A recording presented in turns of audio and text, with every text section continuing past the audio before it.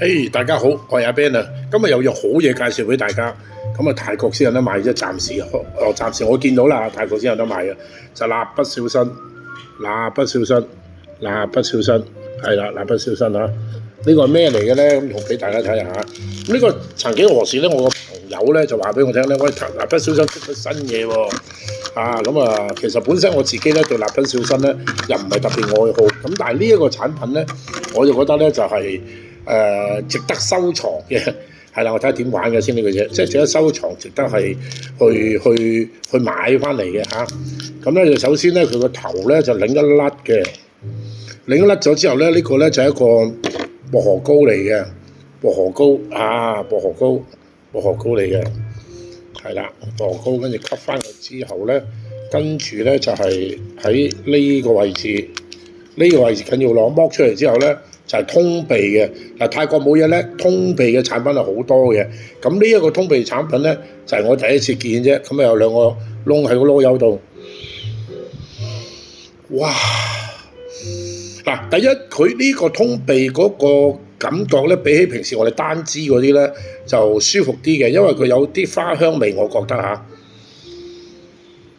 但係都係提神嘅，咁但係呢個設計咧就係真係得意啊！呢個設計啦，抵死啊嚇！咁咧就剝咗佢條褲，剝條褲之後咧就係有兩個窿，係兩個窿啊，兩個窿一齊紋個籮柚，咁咧就即係有一個通鼻嘅效果，咁咧成個咧就係咁樣嘅，係啦，咁樣嘅，個嘴應該係冇嘢嘅。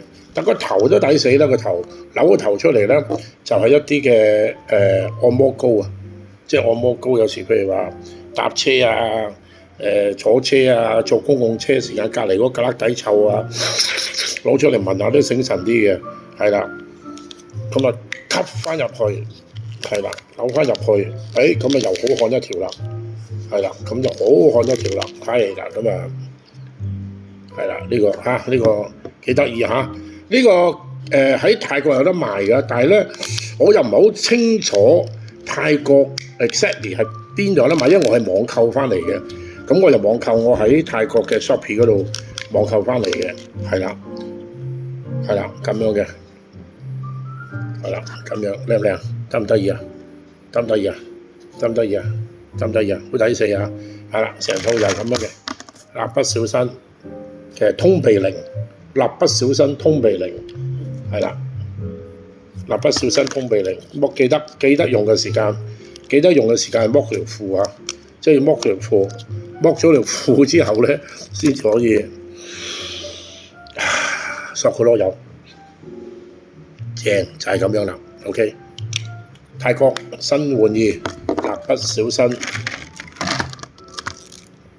小新通鼻靈 ，yes。